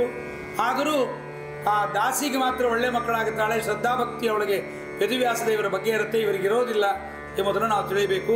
ಹೀಗೆ ಪಾಂಡುರಾಜನ ಬಗ್ಗೆ ನಾವು ಕೇಳಿದ್ದೇವೆ. ಹೀಗಿದಾದ ಮೇಲೆ ಭೀಮಕಾಳಿಯರ ಪುತ್ರ ಶರ್ವತ್ರಾತ ಇವನ ಬಗ್ಗೆಯೂ ಕೂಡ ಹೇಳಿದ್ದಾರೆ. ಇದಾದ ಮೇಲೆ ಈ ಕುಂತಿ ಭೋಜರಾಜ ಅಂತ ಕುಂತಿಯನ್ನು ಬೆಳೆಸಿದ ರಾಜ, ಅವನಿಗೆ ಮೊದಲು ಪೃಥು ಅಂತ ಹೆಸರು. ಕುಂತಿ ಭೋಜರಾಜ ಬೆಳೆಸಿದ್ರಿಂದ ಕುಂತಿ ಎಂಬುದೆಲ್ಲ ಹೆಸರು ಬಂತು. ಪಾಂಡವರಿಗೆ ಕೌಂತೆಯರು ಕುಂತಿಯ ಮಕ್ಕಳಾದ್ದರಿಂದ ಅಂತ ಅದನ್ನ 31ನೇ ಪದ್ಯದಲ್ಲಿ ಹೇಳ್ತಾ ಇದ್ದಾರೆ. ಐವರೊಳಗಿ ಈ ಕುಂತಿ ಭೋಜ, ಇವರೆಲ್ಲ ಮತ್ತೆ ಮರುದ್ಗಣದ ವಿಚಾರಗಳು ಇವರೆಲ್ಲರೂ ಕೂಡ. ಐವರೊಳಗಿ ಈ ಕುಂತಿ ಭೋಜನು ಹಾವಿನಾಮಕ ನಾಗ ಕೃಕಲನು ದೇವದತ್ತ ಧನಂಜಯರು ಅವತಾರ ವರ್ಜಿತರು. ಆವಹ ಉದ್ವಹ ವಿವಹ ಸಂವಹ ಪ್ರಾವಹೀಪತಿ ಮರುತ ಪ್ರವಹನಿಗಾವಕಾಲಕು ಕಿಂಚಿದದ ಮರುತ ಗಣವೆಲ್ಲ. ಉಳಿದ 5 ಪ್ರಾಣರಲ್ಲಿ ಆವಿನಾಮಕ ಕೂರ್ಮನಾಮಕ ಮರುತ ಕುಂತಿ ಭೋಜರಾಜನಾಗಿ ಬಂದಿರ್ತಾನೆ. ಯಾರ್ಯಾರು ಪಾಂಡವರಿಗೆ ಸಹಾಯ ಮಾಡ್ತಾ ಇರ್ತಾರೆ ಇವರೆಲ್ಲ ದೇವತಾ ಪಕ್ಷಪಾತಿಗಳೇನು ತಿಳಿಬೇಕು. ಮತ್ತು ಹಾಗಾದ್ರೆ ಭೀಷ್ಮ, ದ್ರೋಣ, ಕೃಪಾ, ಕರ್ಣ ಇವರ ವಿಚಾರ ಎಲ್ಲ ಏನು ಅಂತಂದ್ರೆ ಪಕ್ಷ ಮಾತ್ರ ಬದಲಾವಣೆ. ಯಾವಾಗಲೂ ಹೇಳುವಾಗ ನಮ್ಮ ಭೀಷ್ಮಾಚಾರ್ಯರು ಕೈ ತಿಕ್ಕೊಂಡು ಕರಾಗ್ರೇ ವಸತೆ ಲಕ್ಷ್ಮಿ ಅಂತ ಹೇಳುವಾಗ ಜಯೋಸ್ತು ಪಾಂಡುಪುತ್ರಾಣಾಮ್ ಅಂತಲೇ ಹೇಳ್ತಾ ಇದ್ರಂತೆ. ದೇಹ ಕೌರವರ ಮನೆಯಲ್ಲಿ, ಆಶೀರ್ವಾದ ಪಾಂಡವರಿಗೆ. ನಾವು ಇದನ್ನೆಲ್ಲ ಕೇಳ್ತೀವಿ. ದ್ರೋಣಾಚಾರ್ಯರಿಗೆ, ಭೀಷ್ಮಾಚಾರ್ಯರಿಗೆ ಧರ್ಮರಾಜ ತಾನು ಕುರುಕ್ಷೇತ್ರದ ಯುದ್ಧ ಪ್ರಾರಂಭವಾಗುವಾಗ ಬಾಣ, ಬತ್ತಳಿಕೆ ಎಲ್ಲವನ್ನು ತೆಗೆದಿಟ್ಟು ಸೀದಾ ಬಂದು ದ್ರೋಣಾಚಾರ್ಯ ಗುರುಗಳಿಗೆ, ಭೀಷ್ಮರಿಗೆ ನಮಸ್ಕಾರ ಮಾಡಿ, ಅನಿವಾರ್ಯವಾಗಿದೆ ನಿಮ್ಮ ಜೊತೆಗೆ ಯುದ್ಧ ಮಾಡೋದು, ದಯವಿಟ್ಟು ಕ್ಷಮಿಸ್ರಿ, ನಮ್ಮನ್ನು ಹರಸಿರಿ ಅಂತ ಕೇಳ್ತಾನೆ. ಆಗ ದ್ರೋಣಾಚಾರ್ಯ ಹೇಳ್ತಾರೆ, ಒಂದೊಮ್ಮೆ ನೀ ಬರದೆ ನಮಸ್ಕಾರ ಮಾಡದೇ ಇದ್ದಿದ್ದರೆ ನಿಂಗೆ ಶಾಪ ಹಾಕಿ ಬಿಡ್ತಾ ಇದ್ದೆ ಅಂತ. ಯದ್ಯಪಿ ದ್ರೋಣಾಚಾರ್ಯ ಪಾಠ ಹೇಳಿಕೊಡುವಾಗ ಬೃಹಸ್ಪತಿ ಆಚಾರ್ಯ ಅವತಾರಿಗಳಲ್ವಾ, ಮಹಾಜ್ಞಾನಿಗಳವರು ಹೇಳಿರ್ತಾರೆ ಪಾಠ ಹೇಳಿಕೊಡುವಾಗ. ನೋಡ್ರಿ, ಮುಂದೆ ಏನಾರ ಪ್ರಸಂಗ ಬಂದು ಪಾಠ ಹೇಳಿಕೊಟ್ಟ ದೊಡ್ಡವರ ಜೊತೆಗೆ, ಗುರುಗಳ ಜೊತೆಗೆ ಯುದ್ಧ ಮಾಡುವ ಪ್ರಸಂಗ ಬಂದಾಗ ಯುದ್ಧ ಮಾಡಲ್ಲ ಅಂತ ಅನ್ನಬಾರದು ಅಂತ ಪ್ರತಿಜ್ಞೆ ಮಾಡ್ರಿ ಅಂತ ದ್ರೋಣಾಚಾರ್ಯ ಹೇಳಿಸಿರ್ತಾರೆ. ಇದೊಂದು ಪ್ರಸಂಗ. ಈ ಪಾಂಡವರ ಒಂದು ಸೌಶೀಲ್ಯತೆ, ದೊಡ್ಡವರ ಬಗ್ಗೆ ವಿನಯ ಎಷ್ಟಿತ್ತು ಅಂದರೆ, ಆ ಘೋಷಯಾತ್ರಾದಲ್ಲಿ ಉತ್ತರ ಗೋಗ್ರಹಣಕ್ಕೆ ಬಂದ ಸಂದರ್ಭದಲ್ಲಿ 12-13 ವರ್ಷ ಆಗಿರುತ್ತೆ. ಪಾಂಡವರು ದ್ರೋಣಾಚಾರ್ಯನ, ಭೀಷ್ಮಾಚಾರ್ಯನ ಇವರನ್ನೆಲ್ಲ ನೋಡಿ ಮಾತಾಡಿಸಬೇಕು. ನಮ್ಮ ಅರ್ಜುನ ಮಾತಾಡಿಸಬೇಕಾದ್ರೆ ಅವ್ರಿಗೆ ನಮಸ್ಕಾರ ಮಾಡಬೇಕು. ಬಂದರೆ ದುರ್ಯೋಧನ ಗೊತ್ತಾಗತ್ತೆ. ಆದರೆ ದ್ರೋಣಾಚಾರ್ಯರಿಗೆ ಭೀಷ್ಮಾಚಾರ್ಯ ನೋಡಿ ಸಮಾಧಾನ ಆಗೋದಿಲ್ಲ, ಸಂತೋಷ ಪಡ್ತಾನೆ. ಅರ್ಜುನ ನೋಡ್ದಂಗಾಯ್ತು, ಭೀಷ್ಮಾಚಾರ್ಯನ ಪಿತಾಮಹ ತಾತನನ್ನು ನೋಡ್ದಂಗಾಯ್ತು, ದ್ರೋಣಾಚಾರ್ಯನ ಗುರುಗಳನ್ನು ನೋಡ್ದಂಗಾಯ್ತು ಅಂತ. ಮತ್ತು ಅವ್ರ ಜೊತೆಗೆ ಯಾವ ರೀತಿಯಲ್ಲಿ ಕುಶಲವನ್ನ ಕೇಳಬೇಕು ಅಂದರೆ ಅದಕ್ಕೆ ಅರ್ಜುನ ಏನು ಮಾಡ್ತಾನೆ, 2 ಬಾಣಗಳನ್ನು ದ್ರೋಣಾಚಾರ್ಯರ ಪಾದದ ಮುಂದೆ ಹೋಗಿ ನೆಲದಲ್ಲಿ ಚುಚ್ಕೋಬೇಕು. ಹಾಗೆ ಒಂದೇ ಸರಿ 2 ಬಾಣವನ್ನು ಬಿಡ್ತಾನೆ. ಅಂದ್ರೆ ಏನಂತ ಅರ್ಥ ನೋಡ್ರಿ. ಇವೆಲ್ಲ ಕೆಲವೆಲ್ಲ ವೈದಿಕ ಬ್ರಾಹ್ಮಣರ ಗುಟ್ಟು ಇರುತ್ತೆ. ವೈದಿಕ ಬ್ರಾಹ್ಮಣರು ಕೇಳ್ತಾರೆ ಇನ್ನೊಬ್ಬರನ್ನ, ದಕ್ಷಿಣೆ ಕೊಟ್ಟಾಗ ಎಷ್ಟು ದಕ್ಷಿಣೆ ಕೊಟ್ಟರು ಅಂತ ಕೇಳ್ತಾರೆ. ದಶಾವತಾರ ಅಂದ್ರೆ 10,000 ರೂಪಾಯಿ, ಪಾಂಡವರು ಅಂದ್ರೆ 5,000 ರೂಪಾಯಿ, ಹೀಗೆಲ್ಲ ಮತ್ತು ಹೇಳ್ತಾರೆ. ಪುರಾಣಾಪಾನ ವ್ಯಾನೋದಾನ ಅಂತಂದ್ರೆ ಹೀಗೆಲ್ಲ ವೈದಿಕ ಬ್ರಾಹ್ಮಣರಲ್ಲಿ ಇವೆಲ್ಲ ಗುರ್ತಿರುತ್ತೆ. ಹಾಗೆ ದ್ರೋಣಾಚಾರ್ಯರ ಪಾದಕ್ಕೆ ಬಾಣವನ್ನು ಬಿಟ್ಟಾಗ ದ್ರೋಣಾಚಾರ್ಯ ಏನು ಮಾಡ್ತಾರೆ ಗೊತ್ತಾ, 2 ಬಾಣಗಳನ್ನು ತೆಗೆದು ಅರ್ಜುನನ ತಲೆ ಮೇಲೆ ಹೋಗುವಂತೆ ಬಿಡ್ತಾರೆ. ಚೆನ್ನಾಗಿ ಕುಶಲಿಯಾಗಿದ್ದೇನೆ, ಚೆನ್ನಾಗಿರು ಅಂತ. ಮತ್ತೆ 2 ಬಾಣಗಳನ್ನು ಅರ್ಜುನ ಬಿಟ್ಟು ದ್ರೋಣಾಚಾರ್ಯ 2 ಕಿವಿಗಳ ಬಳಿಗೆ ಹೋಗುವಂತೆ ಬಿಡ್ತಾನೆ. ಕಿವಿಗೆ ಏಟು ಬಿಡಬಾರ್ದು, ಕಿವಿಯ ಪಕ್ಕದಲ್ಲೇ ಹೋಗಬೇಕು. ಏನಾದ್ರ ಅರ್ಥ ಅಂದರೆ ಗುರುಗಳೇ ಕುಶಲಿಗಳ ಅಂತ. ಅದಕ್ಕೆ ದ್ರೋಣಾಚಾರ್ಯರು ತಲೆಯ ಮೇಲೆ ಹೋಗುವಂತೆ 2 ಬಾಣವನ್ನು ಬಿಟ್ಟು ನಾವು ಕುಶಲಿಗಳಾಗಿದ್ದೀವಿ ಎಂಬುದನ್ನು ತೋರಿಸ್ತಾರೆ. ಈಗೆಲ್ಲ ಪುರಾಣಗಳೆಲ್ಲ ಉಂಟು. ಹೀಗೆ ದೇವತೆಗಳೆಲ್ಲ ಭೂಮಿಯಲ್ಲಿ ಬಂದಿರುವ ಸಂದರ್ಭದಲ್ಲಿ ಇದನ್ನೆಲ್ಲವನ್ನು ನಾವು ನೋಡ್ತಾ ಇರ್ತೇವೆ. ಹೀಗೆ ಈ ದೇವತೆಗಳ ಬಗ್ಗೆ ನಾವು ಇದನ್ನೆಲ್ಲವನ್ನು ತಿಳ್ಕೊಳ್ಬೇಕು. ಕುಂತಿಭೋಜ ರಾಜ ಎಂಬತಕ್ಕಂಥವನು ಆವಿನಾಮಕನಾಗಿ ಬಂದಿದ್ದಾನೆ. ಅವನೇ ಕೂರ್ಮ ಅಂತ. ಕೂರ್ಮ, ನಾಗ, ಕುರ್ಕಲ, ದೇವದತ್ತ, ಧನಂಜಯ ಅಂತ. ಅದರಲ್ಲಿ ಕುಂತಿಭೋಜ ರಾಜ ಆವಿನಾಮಕನಾಗಿ ಬಂದಿದ್ದಾನೆ. ಆವಿ ಅಂದರೆ ಕೂರ್ಮ, ಆವಿನಾಮಕ ಕೂರ್ಮನಾಮಕ ಮರುತ್ತು ಕುಂತಿಭೋಜ ರಾಜನಾಗಿ ಬರ್ತಾನೆ. ಆತ ಕುಂತಿಯನ್ನ ತಾನು ಬೆಳೆಸ್ಕೋತಾನೆ. ಬೆಳೆಸಿಕೊಂಡ ಮೇಲೆ ದೂರ್ವಾಸರ ಸೇವೆಗೆ ಬಿಡ್ತಾನೆ. ನೋಡ್ರಿ, ಪರಮಾತ್ಮನ ಅದ್ಭುತವಾದ ಆ ಜೀವನ ನಡೆಸಲಿಕ್ಕೆ ಅವರಿಗೆ ಏನೇನು ಬೇಕೆ ಮುಂದೆ ಅನ್ನೋದಕ್ಕೆ ಕುಂತಿಯನ್ನ ಸೇವೆ ಮಾಡಲಿಕ್ಕೆ ದೂರ್ವಾಸರ ಬಳಿಗೆ ಬಿಟ್ಟಾಗ ಕುಂತಿಭೋಜ ರಾಜ ಹೇಳ್ತಾನೆ, ಸ್ವಾಮಿ, ನನ್ನ ಮಗಳಿಗೆ ನೀವು ಶಾಪ ಕೊಡದೇ ಇದ್ದರೆ ನಮ್ಮ ಮನೇಲಿ ಚಾತುರ್ಮಾಸಕ್ಕೆ ಕೂತ್ಕೊಳ್ರಿ, 8 ದಿವಸ ಬೇಕಾರಿರ್ರಿ ಅಂತ. ಅದಕ್ಕೆ ದೂರ್ವಾಸರು ಬೇಕಾಷ್ಟು ಕಷ್ಟ ಕೊಡ್ತಾರೆ ಕುಂತಿಗೆ, ಆದರೆ ಶಾಪ ಮಾತ್ರ ಕೊಡಲ್ಲ, ಅನುಗ್ರಹವನ್ನು ಮಾಡಿ ಮುಂದೆ ಪಾಂಡವರ ಜನ್ಮಕ್ಕೆ ದೂರ್ವಾಸರು ಕಾರಣರಾಗುತ್ತಾರೆ ಎಂಬುದನ್ನು ನಾವು ಕೇಳಬಹುದು. ಕುಂತಿಭೋಜ ರಾಜ ಅವನು ಮರುತರಲ್ಲಿ ಒಬ್ಬ ಆವಿನಾಮಕನಾಗಿರ್ತಕ್ಕಂಥದ್ದು. ನಾಗ, ಕುರ್ಕಲ, ದೇವದತ್ತ, ಧನಂಜಯ ಯಾರೋ ಕೇಳಿದ್ರು ಪುರಾಣ ಪಾಠದಲ್ಲಿ ಆಚಾರ್ಯ ಇವರ ಬಗ್ಗೆ ಏನು ಅಂತ. ಇಲ್ಲಿ ಬಂದಿದೆ ನೋಡ್ರಿ. ದೇವದತ್ತ, ಧನಂಜಯರು ಇಷ್ಟು ಜನಕ್ಕೆ 1, 2, 3, 4 ಜನಕ್ಕೆ ಅವತಾರ ವರ್ಜಿತರು. ಇವರಿಗೆ ಅವತಾರ ಎಂಬತಕ್ಕಂಥದ್ದಿಲ್ಲ. ಇನ್ನು ಇದರ ಬಗ್ಗೆ ಇದು ಇನ್ನೊಂದು ವಿಚಾರವನ್ನು ಹೇಳ್ತಾರೆ. ಆವಹ, ಉದ್ವಹ, ವಿವಹ, ಸಂವಹ, ಪ್ರಾವಹೀಪತಿಯಾದ ಪ್ರವಾಹ ಮರುತು. ಇವರಿಗೆ ಮರುತಗಣದವರೆಲ್ಲರೂ ಯಾವತ್ತೂ ಕೂಡ ಕಿಂಚಿತ್ ಕಡಿಮೆಯಾಗಿದ್ದಾರೆ ಇವರೆಲ್ಲ ಎಂಬುದನ್ನು ನಾವು ತಿಳಿಯಬೇಕು. ಶೂರರಾಜನ ಮಗಳು ವಸುದೇವನ ಅಕ್ಕ ಕುಂತಿಯನ್ನು ಸಾಕು ಮಗಳಾಗಿ ಸ್ವೀಕರಿಸಿದವನು ಕುಂತಿಭೋಜ ರಾಜ. ಆವಿನಾಮಕನಾಗಿ ಕೂರ್ಮೋಪಾನಕನಾಗಿದ್ದಾನೆ. ಹೀಗೆ ಮರುತರ ಆವೇಶಾವತಾರಗಳನ್ನು ಹೇಳಿ ಈಗ ಮುಂದೆ 10 ಜನ ವಿಶ್ವೇ ದೇವತೆಗಳ ಬಗ್ಗೆ ಹೇಳ್ತಾರೆ. ಶ್ರಾದ್ದ ಮಾಡೋ ಗಂಡಸರಿದ್ರೆ ಶ್ರಾದ್ದ ಮಾಡುವಾಗ ಅದನ್ನು ಏನು ಹೇಳ್ತಾರೆ ಎಂಬುದನ್ನು ನೀವು ಚೆನ್ನಾಗಿ ಕೇಳಿಕೊಂಡಿದ್ರೆ ಪುರೋಹಿತರು ಸರಿಯಾಗಿ ಅರ್ಥ ಮಾಡಿಕೊಂಡು ಯಾವ್ಯಾವ ಶ್ರಾದ್ದಕ್ಕೆ ಯಾವ್ಯಾವ ವಿಶ್ವೇ ದೇವತೆಗಳು ಎಂಬುದನ್ನು ಕೂಡ ನಾವು ತಿಳ್ಕೊಳ್ಬಹುದು. ಈ ವಿಶ್ವೇ ದೇವತೆಗಳು ಯಾರ್ಯಾರು ಬಂದಿದ್ದಾರೆ ಎಂಬುದನ್ನು ಜಗನ್ನಾಥದಾಸರು 32ನೇ ಪದ್ಯದಲ್ಲಿ ತಿಳಿಸ್ತಾ ಇದ್ದಾರೆ. ಅದಕ್ಕಿಂತ ಮೊದಲು ನಿಮಗೆಲ್ಲರಿಗೂ ಸಹಿತ ಈ ಒಂದು ವಿಚಾರವನ್ನು ಜಗನ್ನಾಥದಾಸರೇ ಶ್ರೇಷ್ಠವಾಗಿ ಬರೆದಿರತಕ್ಕಂಥ ಒಂದು ವಿಚಾರವನ್ನು ಬರೆದಿದ್ದಾರೆ. ಅದರಲ್ಲಿ ಏನು ಹೇಳ್ತಾರೆ ಅಂತಂದರೆ, ದ್ವಾದಶಾದಿತ್ಯರನ್ನು ನಾವು ಕೇಳಿದ್ವಿ, ಮರುದ್ಗಳ ದೇವತೆಗಳನ್ನು ಕೇಳಿದ್ವಿ. ಈ ದ್ವಾದಶಾದಿತ್ಯರು 12 ಜನ ಯಾಕೆ ಆದಿತ್ಯರು? ಒಬ್ಬನೇ ಸೂರ್ಯ ಅಲ್ವಾ ನಾವು ನೋಡೋದು ಅಂತ? ಇಲ್ಲ, 12 ಜನ ಸೂರ್ಯರಿದ್ದಾರೆ. ತಿಂಗಳಿಗೊಬ್ಬ ಸೂರ್ಯನ ಹೆಸರುಂಟು. ಅದನ್ನು ಜಗನ್ನಾಥದಾಸರು ಹೇಳ್ತಾರೆ. ಪ್ರಾಣೇಶ ವಿಠ್ಠಲರು ಹೇಳ್ತಾರೆ, ಕ್ಷಮಿಸ್ರಿ, ಪ್ರಾಣೇಶ ವಿಠ್ಠಲರು ತಿಂಗಳಿಗೆ ಬರುತ್ತೀಗ ಪಿಂಗಳರ ನಾಮವನು ಬರೆವನು ಇಂಗಿತಜ್ಞರು ಕೇಳುವುದು ಉದಾಶನವ ಮಾಡದಲೇ ಧಾತ ಚೈತ್ರಕ್ಕೆ ಹರಿಯಮ ಎಂಬಾತ ವೈಶಾಖಕ್ಕೆ ಸುಜ್ಯೇಷ್ಠಕ್ಕೆ ನಾಥ ನೆನೆಸುವ ಮಿತ್ರ ಆಷಾಢಕ್ಕೆ ಬಹವರುಣ ಖ್ಯಾತನಾಗಿ ಶ್ರಾವಣಕ್ಕೆ ಪುರುಭೂತ ಭಾದ್ರಪದಕ್ಕೆ ವಿವಸ್ವಾನುಭೂತಿಯುತನಾಗಿರುವ ತ್ವಷ್ಟಾಶ್ವೀನ ಮಾಸದಲ್ಲಿ ಹರಿದಿನಪ ಕಾರ್ತೀಕ ಮಾಸದಲ್ಲಿ. ಅದಕ್ಕೆ ಪರಮಾತ್ಮ ಉರುಕ್ರಮ ಕಾರ್ತೀಕ ಮಾಸಕ್ಕೆ ನಿಯಾಮಕ. ಇರುತಿಹನು ಮಾರ್ಗಶಿರಕ್ಕೆ ಸವಿತೃ ವರದ ಭಗ ಪುಷ್ಯದಲ್ಲಿ ಪೂಷಾ ಮಾಘ ಮಾಸದಲ್ಲಿ ಸುರನದಿಯೇ ಮೊದಲಾಗಿ ಐವರಿಗೆ ಸಮ ಪರ್ಜನ್ಯ ಫಾಲ್ಗುಣ ಕರೆದು ಇಂತು ಯಥಾ ವಿಧಿಯೊಳಗರ್ಘ್ಯವನ್ನು ಕೊಟ್ಟು ಜಪವ ಮಾಡುತ್ತೀಗ ಧನ್ಯರಿಗೆ. ಆಯಾ ತಿಂಗಳಿಗೆ ಯಾರ್ಯಾರು ಸೂರ್ಯರು ತಿಳಿದವರಿಗೆ ಅರ್ಘ್ಯವನ್ನು ಕೊಡಬೇಕು. ಹೆಂಗಸರು ಕೊಡಬಹುದು, ಅರ್ಘ್ಯವನ್ನು ಕೊಟ್ಟು ಗಂಡಸರು ಅರ್ಘ್ಯವನ್ನು ಕೊಡಬೇಕು. ಪಾಪಗಳೋಡಿಸುತ್ತ ದಯದಿಂದ ಏನೇನ್ ಬೇಡಿದಿಷ್ಟವ ಕೊಟ್ಟು ಕರ್ಮಕ್ಕೆ ಸಾಕ್ಷಿ ತಾನಾಗಿ ಮಾಡುವನು ಸಂರಕ್ಷಣೆಯ ಒಡನಾಡುವನು ಬಿಡನೊಂದ ರಕ್ಷಣ ಈಡು ಇಲ್ಲದ ಮಹಿಮ ಶ್ರೀ ಪ್ರಾಣೇಶ ವಿಠ್ಠಲನು. ಹೀಗೆ ಒಂದೊಂದು ತಿಂಗಳಿಗೆ ಒಬ್ಬ ದ್ವಾದಶಾದಿತ್ಯರಿದ್ದಾರೆ ಎಂಬುದನ್ನು ಕೂಡ ನಾವು ತಿಳಿಯಬೇಕು. ಒಬ್ಬೊಬ್ಬ ಆದಿತ್ಯರು ಒಂದೊಂದು ತಿಂಗಳಿಗೆ ಆಗುತ್ತಾರೆ ಎಂಬುದನ್ನು ಕೂಡ ನಾವು ತಿಳಿಯಬೇಕು.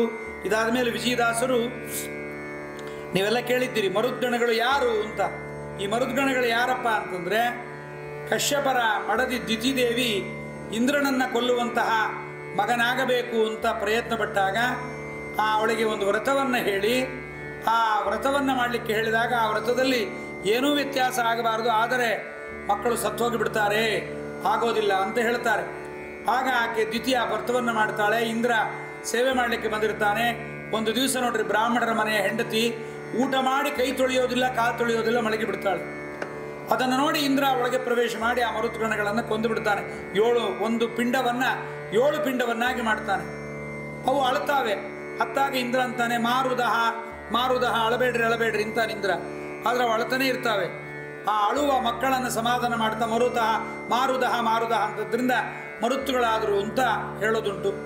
ಆ ಮರುತ್ತುಗಳ ಬಗ್ಗೆ ಹೇಳುವಾಗ ಈ ಮಹಾಭಾಗವತದ ಸ್ಕಂದಗಳಲ್ಲಿ ಅದನ್ನು ಹೇಳುವ ಸಂದರ್ಭದಲ್ಲಿ ಒಂದು ಮಾತು ಹೇಳ್ತಾರೆ. ಯಾರು ಈ ಮರುದ್ಗಣದ ಉತ್ಪತ್ತಿಯ ಕಥೆಯನ್ನು ಕೇಳ್ತಾರೆ, ಅವರ ಮಕ್ಕಳಿಗೆ ಆಯುರಾರೋಗ್ಯ ಐಶ್ವರ್ಯಾದಿಗಳು, ಮದುವೆಯಾಗದೇ ಇರತಕ್ಕಂಥ ಕನ್ಯೆಗೆ ಮದುವೆ, ಒಳ್ಳೆಯ ಗಂಡ, ಇವರೆಲ್ಲರೂ ಸಿಗುತ್ತಾರೆ ಎಂಬುದನ್ನು ಮರುದ್ಗಣಗಳ ಕಥೆಯಲ್ಲಿ ಅದನ್ನು ನಿರೂಪಣೆ ಮಾಡತಕ್ಕಂಥವರಾಗಿದ್ದಾರೆ. ಅದನ್ನು ಜಗನ್ನಾಥ ದಾಸರು, ವಿಜಯದಾಸರು ಅದನ್ನು ಹೇಳ್ತಾರೆ. ಮರುತಗಳ ನಾಮವನ್ನು ಉದಯದಲ್ಲೆದ್ದು ಸ್ಮರಿಸಿದವರ ದುರಿತ ಪರಿಹಾರವಾಗುವುದು ಅಂತ ಎಲ್ಲ 49 ಜನ ಮರುದ್ಗಣ ದೇವತೆಗಳ ಹೆಸರನ್ನು ಹೇಳಿದ್ದಾರೆ. ಪ್ರಾಣ, ಅಪಾನ, ವ್ಯಾನ, ಉದಾನ, ಸಮಾನ, ಮತ್ತೆ ನಾಗ, ಕೃಕಲ, ಕೂರ್ಮ, ಏನೆಂಬೆ ದೇವದತ್ತನು, ಧನಂಜಯ, ಪ್ರವಾಹನು, ವಿವಾಹ, ಸಂವಾಹನಾದೆಂದು ಅಂತ ಈ ಒಂದು ಪದ್ಯದಲ್ಲಿ ಹೇಳ್ತಾ, ತವಕದಿಂದಲೇ ಇವರ ಸಹಿತವಾಗಿ ಸೂತ್ರನಾಮಕ ಮೂಲ ಪವಮಾನನೊಡನೆ ಗಣನೆಯನ್ನು ಮಾಡಿ ತವಕದಿಂದಲೇ ತಾರತಮ್ಯವನ್ನು ತಿಳಿದು ಶ್ರವಣದಲ್ಲಿ ಕೇಳಿ ಸಾಕಲ್ಯದವಾಗಿ ನಿತ್ಯ ಇದನ್ನೇ ಪಡಿಸಿದರೆ ಜನ್ಮ ಜನ್ಮದ ಪಾಪ ಉದುರಿ ಹೋಗುವುದು ಲೇಷ ಉಳಿಯದೆ ಪದುಮನಾಭ ನಮ್ಮ ವಿಜಯ ವಿಠ್ಠಲರೇನ ಪದವ ಭಜಿಸುವುದಕ್ಕೆ ಜ್ಞಾನವೇ ಪುಟ್ಟುವುದು. ಯಾಕೆ ಕೇಳಬೇಕು ಅಂದರೆ, ಪದುಮನಾಭ ವಿಜಯ ವಿಠ್ಠಲನ್ನ ಸ್ಮರಣೆ ಮಾಡಲಿಕ್ಕೆ ಜ್ಞಾನ ಬೇಕಲ್ಲ, ಅದಕ್ಕೋಸ್ಕರವಾಗಿ ಅಂತ ಹೇಳ್ತಾರೆ. ಇದು ಒಟ್ಟು 7 ಜನ ಅಲ್ವಾ ಕಟ್ ಮಾಡಿದ್ದು, ಅವ್ರು ತುಂಡು ಮಾಡಿದ್ದು. ಅದು ಯಾರ್ಯಾರು ಅಂತಾರೆ? ಆವಾಹಗಣ, ಪ್ರವಾಹಗಣ, ಉದ್ವಹಗಣ, ಸಂವಹಗಣ, ವಿವಾಹಗಣ, ಪರಾವಹಗಣ, ಪರಿವಹಗಣ ಅಂತ. ಅದರೊಳಗಡೆ ಆ ಒಂದೊಂದು ಗಣದಲ್ಲಿ 7 ಜನ ಇರ್ತಾರೆ. ಒಬ್ಬೊಬ್ಬರು ಭೂಮಿಯಿಂದ ಆರಂಭ ಮಾಡಿಕೊಂಡು ಅದು ಧ್ರುವಮಂಡಲ ಪರ್ಯಂತರವಾಗಿ ಒಬ್ಬೊಬ್ಬರಿಗೆ ಒಂದೊಂದು ವ್ಯಾಪ್ತಿ ಎಂಬತಕ್ಕಂಥದ್ದು ನಿರೂಪಣೆಯನ್ನು ಮಾಡತಕ್ಕಂಥವರಾಗಿದ್ದಾರೆ. ಹೀಗೆ ನಾಗ, ಕೃಕಲ, ದೇವದತ್ತ, ಧನಂಜಯ ಇವರೆಲ್ಲರ ಬಗ್ಗೆ ಹೇಳತಕ್ಕಂಥವರಾಗಿದ್ದಾರೆ. ಇನ್ನು ಮುಂದೆ ಆ 33ನೇ ಪದ್ಯದಲ್ಲಿ ವಿಶ್ವೇದೇವತೆಗಳ ಅವತಾರವನ್ನು ಹೇಳ್ತಾರೆ. 10 ವಿಶ್ವೇದೇವತೆಗಳ ಬಗ್ಗೆ ನಿರೂಪಣೆಯನ್ನು ಮಾಡ್ತಾ ಇದ್ದಾರೆ. 32ನೇ ಪದ್ಯದಲ್ಲಿ ಅಲ್ಲಿ ವಿಶ್ವೇದೇವತೆಗಳು ಯಾರಪ್ಪ ಅಂದರೆ, ಶ್ರಾದ್ದದಲ್ಲಿ ಪಿತೃಗಳನ್ನು ಮತ್ತು ಶ್ರಾದ್ದವನ್ನು ರಕ್ಷಣೆ ಮಾಡಲಿಕ್ಕೆ ವಿಶ್ವೇದೇವತೆಗಳು ಅಂತ ಬರ್ತಾರೆ. ದಕ್ಷ ಪ್ರಜಾಪತಿಯ ಮಕ್ಕಳು ಇವರೆಲ್ಲರೂ ಕೂಡ. ಪುರೂರವ, ಆರ್ದ್ರವ ಎಂಬತಕ್ಕಂಥವರು ಪಾರ್ವಣ ಶ್ರಾದ್ದಕ್ಕೆ ಇವರು ಒಡೆಯರಾಗಿ ಬರ್ತಾರೆ. ಪುರೋಹಿತರು ತಪ್ಪು ಹೇಳಿದ್ರೆ ತಿಳ್ಕೊಂಡಿರ್ರಿ ಯಾರನ್ನು ಹೇಳ್ತಾ ಇದ್ದಾರೆ ಅಂತ. ಒಬ್ಬೊಬ್ಬರು ಇಬ್ಬಿಬ್ಬರು ಬರ್ತಾರೆ ಅವರು. ಮತ್ತೆ ಧೂರಿ ಮತ್ತು ಲೋಚನ ಎಂಬತಕ್ಕಂಥವರು ಸಂಕಲ್ಪ ಶ್ರಾದ್ದಕ್ಕೆ ಬರ್ತಾರೆ. ಕ್ರತು, ದಕ್ಷ ಎಂಬತಕ್ಕಂಥವರು ಮಾಸಿಕಕ್ಕೆ ಬರ್ತಾರೆ. ಸತ್ಯ ಮತ್ತು ವಸು ಎಂಬತಕ್ಕಂಥವರು ನಾಂದಿ ಶ್ರಾದ್ದಕ್ಕೆ ಬರ್ತಾರೆ.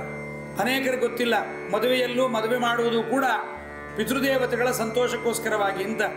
ನಾವು ಮಾಡುವ ಕನ್ಯಾದಾನ ನಮ್ಮ ಪಿತೃಗಳನ್ನು ಅಕ್ಷಯ ಲೋಕದಲ್ಲಿಡುತ್ತೆ. ಅದಕ್ಕೆ ಕನ್ಯೆಯನ್ನು ಚೆನ್ನಾಗಿ ರಕ್ಷಣೆ ಮಾಡಿ ಯೋಗ್ಯನಾದ ವರನಿಗೆ ದಾನ ಕೊಟ್ಟಾಗ ಕನ್ಯಾ ಕುಲದ್ವಯ ತಾರಿಣೀಚ ಅಂತ ಆಗ್ತಾರಂತ ಆಚಾರ್ಯ ಹೇಳ್ತಾರೆ.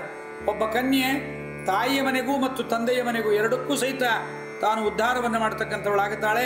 ಗಂಡು ಮಗ ಕೇವಲ ತಂದೆಯ ಮನೆಗೆ ಮಾತ್ರ ಮಾಡ್ತಾನೆ. ಆದರೆ ದೌಹಿತ್ರೆ ಇದ್ದಾನಲ್ಲ, ಮಗಳಿದ್ದಾಳಲ್ಲ, ಎರಡೂ ಮನೆಗೆ ಉದ್ಧಾರವನ್ನು ಮಾಡ್ತಕ್ಕಂಥವಳು. ಅವಳು ಚೆನ್ನಾಗಿ ಯೋಗ್ಯಳಾಗಿದ್ದರೆ ತಂದೆಯ ಮನೆಗೂ ಪುಣ್ಯವನ್ನು ತಂದು ಕೊಡ್ತಾಳೆ ಎಂಬುದನ್ನು ನಾವು ತಿಳಿಬೇಕು. ಕಾಮ, ಕಾಲರು ಎಂಬರು ಪ್ರೇತ ಶ್ರಾದ್ದಕ್ಕೆ 10 ದಿವಸದ ಶ್ರಾದ್ದ ಮಾಡ್ತೀವಲ್ಲ ಹೊರಗಡೆ ಹೋಗಿ, ಆ ಶ್ರಾದ್ದಕ್ಕೆ ಕಾಮ ಮತ್ತು ಕಾಲರು ಎಂಬತಕ್ಕಂಥವರನ್ನು ನಾವು ತಿಳಿಬೇಕು. ನಾಂದಿ ಶ್ರಾದ್ದವನ್ನು ಮಾಡಿ ಅವತ್ತೇ ಮಾಡಿ ಅವರಿಗೆ ಕೊಡೋದು ಬರೀ ಗರಿಕೆ, ಹೂವು ಇದನ್ನು ಕೊಟ್ಟು ಅವರನ್ನು ಸಂತೋಷಪಡಿಸ್ತೇವೆ. ಹೀಗೆ ಶ್ರಾದ್ದದ ವಿಶ್ವೇ ದೇವತೆಗಳು ಪಿತೃದೇವತೆಗಳನ್ನು ಕಳಿಸುವಾಗ ಅನುಗಚ್ಚಂತು ವಿಶ್ವೇ ದೇವೈ ಸಹ ಅಂತ, ಹೇ ಪಿತೃಗಳೇ ನೀವು ವಿಶ್ವೇ ದೇವತೆಗಳ ಜೊತೆಗೆ ಹೋಗ್ರಿ, ಅವ್ರ ಜೊತೆಗೆ ಬನ್ನಿರಿ ಅಂತ ಅವರನ್ನು ನಾವು ಕರೀತೇವೆ. ಇವರ ಬಗ್ಗೆ ಹೇಳ್ತಾರೆ. ಯಾರ್ಯಾರು ಇವರು, ಈ ವಿಶ್ವೇ ದೇವತೆಗಳು ಯಾರು ಎಂಬತಕ್ಕಂಥದ್ದು ಹೇಳ್ತಾರೆ. ಪ್ರಾಣ, ಅಪ, ಪ್ರಾಣಪಾನ, ವ್ಯಾನುದಾನ ಸಮಾನರೈವರುಳಿದು ಮರುತರು ಊನರೆನಿಪರು 10 ವಿಶ್ವದೇವತೆ ದೇವರಿವರಿಂದ ಸೂನುಗಳು ಎನಿಸುವರು 5 ಮಾನಿನಿ ದ್ರೌಪದಿಗೆ ಕೆಲವರು ಕ್ಷೋಣಿಯಳು ಕೈಕೆಯರೆಣಿಪರು ಎಲ್ಲ ಕಾಲದಲ್ಲಿ. ಪ್ರಾಣ, ಅಪಾನ, ವ್ಯಾನ, ಉದಾನ, ಸಮಾನ ಈ 5 ಜನರನ್ನು ಬಿಟ್ಟು ಬೇರೆ ಮರುತರು ಇವರಿಗಿಂತ ಕಡಿಮೆಯಾಗಿದ್ದಾರೆ. ಇವರಿಗಿಂತ 10 ಜನ ವಿಶ್ವೇ ದೇವತೆಗಳು ಕಡಿಮೆ. ಇವರಲ್ಲಿ 5 ಜನ ದ್ರೌಪದಿ ದೇವಿಗೆ ಮಕ್ಕಳಾಗಿ ಬಂದಿರತಕ್ಕಂಥವರಾಗಿದ್ದಾರೆ. ಅವರು ಯಾರು ಅಂತ ಮುಂದಿನ ಪದ್ಯದಲ್ಲಿ ಹೇಳ್ತಾರೆ. ಈ ವಿಶ್ವದೇವತೆಗಳ ಅವತಾರ 55 ಜನ ಕೈಕೇಯಿ ರಾಜಕುಮಾರರಾಗಿದ್ದಾರೆ. ಕೃಷ್ಣ ಪತ್ನಿ ಭದ್ರಾದೇವಿಯ ಸೋದರರು, ಸದಾ ವಿಷ್ಣು ಭಕ್ತರು, ಪಾಂಡವರಿಗೂ ಭಕ್ತರಾಗಿರ್ತಕ್ಕಂಥವರು. ಇವರ ತಂದೆ ಶೈಬ್ಯರಾಜ, ಋಭು ಎಂಬತಕ್ಕಂಥ ದೇವತೆ ಆತ. ಸಂತರ್ಧನ ಮುಂತಾಗಿರ್ತಕ್ಕಂಥ 5 ಕುಮಾರರ ವರ್ಷದಲ್ಲಿ ವೃದ್ಧನಾದ ಈ ಋಭು ಎಂಬತಕ್ಕಂಥ ದೇವತೆ ಇದ್ದ ಎಂಬುದನ್ನು ಪುರಾಣಗಳಲ್ಲಿ ನಾವು ಇದನ್ನು ನೋಡತಕ್ಕಂಥವರಾಗ್ತೀವಿ. ಈ ವಿಶ್ವದೇವತೆಗಳ ಅವತಾರ ಯಾರ್ಯಾರಲ್ಲಿ ಬಂದಿದ್ದಾರೆ ಎಂಬುದನ್ನು ಇಲ್ಲಿ ನಿರೂಪಣೆ ಮಾಡ್ತಾ ಇದ್ದಾರೆ. ಅವರ ಮೂಲ ಸ್ವರೂಪವನ್ನು ಹೇಳಿದರು. ಇಲ್ಲಿ ಅವತಾರ ಮಾಡಿ ಬಂದಾಗ ಅವರ ಹೆಸರುಗಳನ್ನು ಹೇಳ್ತಾರೆ. 33ನೇ ಪದ್ಯದಲ್ಲಿ ಪ್ರತಿವಿಂಧ್ಯ ಸುತಸೋಮ ಶ್ರುತಕೀರುತಿ ಶತಾನೀಕ ಶ್ರುತಕರ್ಮ ದ್ರೌಪದಿ ಕುವರರಿಯೊಳಗೆ ಅಭಿತಾಮ್ರ ಪ್ರಮುಖ ಚಿತ್ರರಥನು ಗೋಪ ಕಿಶೋರ ಬಲರೆಂಬತುಲರೈ ಗಂಧರ್ವರಿಂದಲಿಯುತರು ಧರ್ಮ ವೃಕೋದರಾದಿಜರೆಂದು ಕರೆಸುವರು. ಪದಚ್ಛೇದ. ಪ್ರತಿವಿಂಧ್ಯ, ಸುತಸೋಮ, ಶ್ರುತಸೋಮ ಅಂತಲೂ ಅಂತಾರೆ, ಶ್ರುತಕೀರ್ತಿ, ಶತಾನೀಕ, ಶ್ರುತಕರ್ಮ ಛಂದಸ್ಸಿಗಾಗಿ ಬಿಡಿಸಿ ಬರೆದಿದ್ದಾರೆ. ಶ್ರುತಕರ್ಮ, ದ್ರೌಪದಿ ಕುವರರು ಇವರಿಳೆಯೊಳಗೆ, ಅಭಿತಾಮ್ರ ಪ್ರಮುಖ ಚಿತ್ರರಥನು ಗೋಪ ಕಿಶೋರ ಬಲ ಎಂಬ ಅತುಲರೈ ಗಂಧರ್ವರಿಂದಲಿ ಯುತರು, 5 ಜನ ಗಂಧರ್ವರಿಂದಲೂ ಯುತರು ಧರ್ಮ ವೃಕೋದರ ದ್ವಿಜರೆಂದು ಕರೆಸುವರು. ಧರ್ಮರಾಜನಿಗೆ ಮಗನಾಗಿ ದ್ರೌಪದಿಯಲ್ಲಿ ಪ್ರತಿವಿಂಧ್ಯ ಹುಟ್ಟಿದ. ಸುತಸೋಮ ಎಂಬತಕ್ಕಂಥವನು ಭೀಮಸೇನನಿಂದ ದ್ರೌಪದಿಯಲ್ಲಿ ಹುಟ್ಟಿದ. ಶ್ರುತಕೀರ್ತಿ ಎಂಬತಕ್ಕಂಥವನು ಅರ್ಜುನನಿಂದ ದ್ರೌಪದಿಯಲ್ಲಿ ಹುಟ್ಟಿದ. ಶತಾನೀಕ ಎಂಬತಕ್ಕಂಥವನು ನಕುಲನಿಂದ ಹುಟ್ಟಿದ.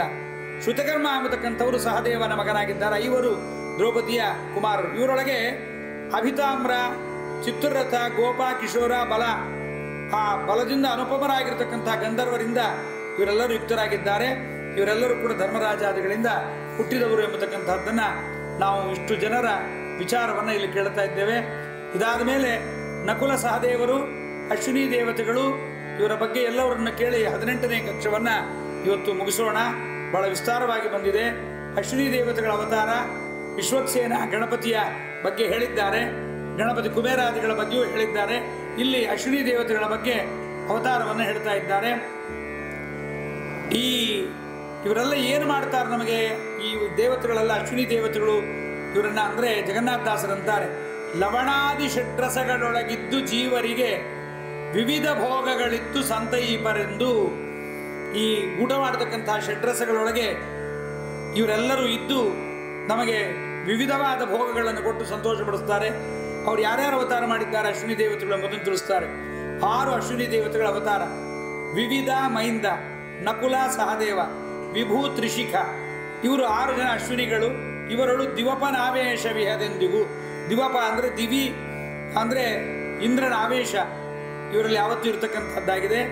ಇದನ್ನು ಹೇಳ್ತಾ ದ್ಯಾವ, ಪೃಥ್ವಿ, ಋಭು, ವಾಯುಪುತ್ರನಾದ ವಿಶ್ವಕ್ಸೇನ, ಉಮಾಕುಮರ, ಗೌರಿಪುತ್ರ ವಿಘ್ನೇಶ, ಧನೇಶ, ಕುಬೇರ್ ಮುಂತಾದವರು ಮಿತ್ರನಾಮಕ ಸೂರ್ಯ 17ನೇ ಕಕ್ಷದ ಸೂರ್ಯನಿಗಿಂತ ಇವರೆಲ್ಲರೂ ಕಡಿಮೆ ಎನಿಸಿಕೊಳ್ಳುತ್ತಾರೆ ಅಂತ ಪವನಸುತ ವಿಶ್ವಕ್ಸೇನುಮಾಕುವರ ವಿಜ್ಞಪ ಧನಪ ಮೊದಲಾದವರು ಮಿತ್ರಗೆ ಕಿಂಚಿತ ಅಧಮರೆಣಿಸಿಕೊಳ್ಳುತ್ತಿರುವರು. ಈ ವಿಶ್ವಕ್ಸೇನ ವಾಯುದೇವರ ಮಗ. ಖೇನ ತುಲ್ಯ ಹರಿಪಾರ್ಶ್ವದ, ಖೇನ ತುಲ್ಯ ವಾಯುದೇವರು ನಮ್ಮ ಗಣಪತಿಗೆ ಸಮಾನನಾದವನು ಎಂಬುದನ್ನು ನಿರೂಪಣೆ ಮಾಡಿದ್ದಾರೆ. ಈ ಅಶ್ವಿನಿ ದೇವತೆಗಳು ವಿವಿಧ ಮೈಂದರು ಅಂಥೇಳಿ ಇವರಿಬ್ಬರು ಏನಾಗಿದ್ದಾರೆ? ತ್ರೇತಾಯುಗದಲ್ಲಿ ಕಪಿಗಳಾಗಿ ಹುಟ್ಟಿದ್ದಾರೆ. ನಕುಲ ಸಹದೇವರಾಗಿ ಇಲ್ಲಿ ದ್ವಾಪರಯುಗದಲ್ಲಿ ಬಂದಿರತಕ್ಕಂಥವರಾಗಿದ್ದಾರೆ.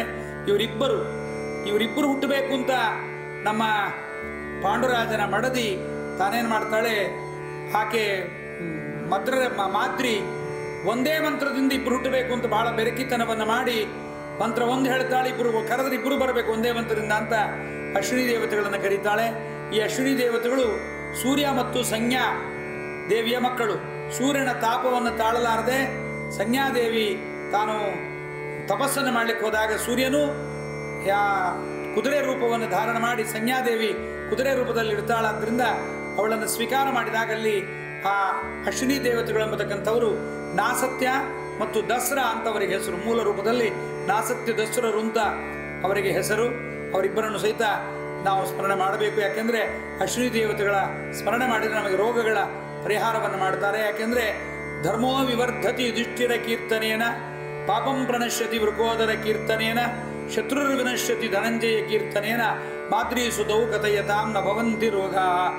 ಈ ಮಾದ್ರಿ ದೇವಿಯ ಮಕ್ಕಳನ್ನು ಸ್ಮರಣ ಮಾಡಿದರೆ, ಅಶ್ವಿನಿ ದೇವತೆಗಳ ಸ್ಮರಣ ಮಾಡಿದರೆ ನಮಗೆಲ್ಲ ರೋಗಗಳು ಪರಿಹಾರ ಆಗುತ್ತೆ. ಮಹಾಭಾರತದ ಆದಿಪರ್ವದಲ್ಲಿ ಗುರುಭಕ್ತಿಯ ಕಥೆಯನ್ನು ಹೇಳುವಾಗ ಗುರು ಶಿಷ್ಯ ಒಬ್ಬ ತಾನು ಗುರು ಅಶ್ವಿನಿ ದೇವತೆಗಳ ಸ್ತೋತ್ರವನ್ನು ಮಾಡಿ ತಾನು ಕಳೆದುಕೊಂಡಿದ್ದ ಎಕ್ಕೆಯ ಹಾಲನ್ನು ಕುಡಿದು ಕಳೆದುಕೊಂಡಿದ್ದ ಕಣ್ಣನ್ನು ತಾನು ಅಶ್ವಿನಿ ದೇವತೆಗಳ ಅನುಗ್ರಹದಿಂದ ಪಡೆದ ಕಥೆಯನ್ನು ನಾವು ಕೇಳ್ತೇವೆ. ಹೀಗೆ ಇಷ್ಟು ಜನ 18ನೇ ಕಕ್ಷದಲ್ಲಿ ಬರ್ತಾರೆ. ವಿವಿಧ ಮೈಂದರು ನಕುಲ ಸಹದೇವ ವಿಭು ತ್ರಿಶಿಖಾ ಅಶ್ವಿನಿ ದೇವತೆಗಳು. ಅಶ್ವಿನಿಗಳಿವರುಳು ಯುವಪನಾವೇಶ ವಿಹದೆಂದಿಗೂ ದ್ಯಾವಾ ಪೃಥ್ವಿ ರುಭು ಪವನಸುತ ವಿಶ್ವಕ್ಸೇನ ಆ ವಿಶ್ವಕ್ಸೇನನು ಉಮಾ ಕುಮರ ವಿಜ್ಞಪಧನಪ ಮೊದಲಾದವರು ಮಿತ್ರಗೆ ಕಿಂಚಿದ ದಮರೆಣಿಸಿಕೊಳ್ಳುತ್ತಿಗರು. ಹೀಗಿಷ್ಟು ಜನ ಈ ಒಂದು ಶ್ರೇಷ್ಠವಾಗಿರ್ತಕ್ಕಂಥ 18ನೇ ಕಕ್ಷದಲ್ಲಿ ಬಂದವರ ಬಗ್ಗೆ ಬಹಳ ವಿಸ್ತಾರವಾಗಿ ಜಗನ್ನಾಥದಾಸರು ಕೊಟ್ಟಿದ್ದಾರೆ. ಮುಂದೆ ಏನು ಹೇಳ್ತಾರೆ ಎಂಬುದನ್ನು ಮುಂದಿನ ಸಂಚಿಕೆಯಲ್ಲಿ ಕೇಳೋಣ. ಶ್ರೀಕೃಷ್ಣಾರ್ಪಣಮಸ್ತು. ಹರಯೇ ನಮಃ.